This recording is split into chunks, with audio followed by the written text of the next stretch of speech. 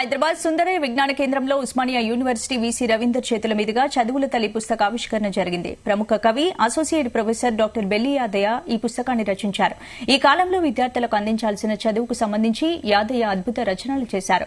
భావి తరాల కోసమే తన రచనలు ఉపయోగకరంగా ఉంటాయని కవి యాదయ్య తెలిపారు.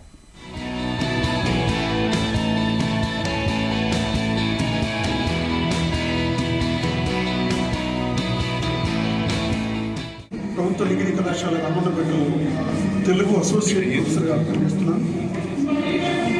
ఉపాధ్యాయుడిగా నాకు ఇది 36వ సంవత్సరం కెరీర్. ఎలిమెంటరీ స్కూల్ నుంచి యూనివర్సిటీ స్థాయి వరకు బోధించిన అనుభవం ఉంది.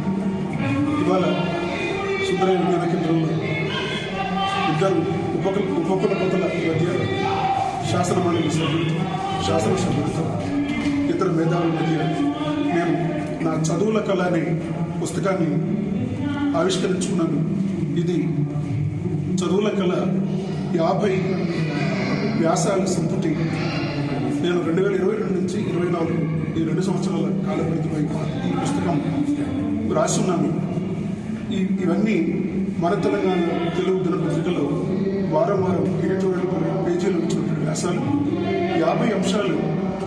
ఇవాళ చదువు అంటే కేవలం పిల్లలకు సంబంధించింది, లేదంటే తల్లిదండ్రులు ఆలోచించేది, లేదంటే టీచర్లు మాత్రమే ఆలోచించేది, లేదంటే మేనేజ్మెంట్ మాత్రమే ఇచ్చేది అని అనుకుంటున్న పరిస్థితులు కూడా విద్యార్థికి చదువు అందాలి.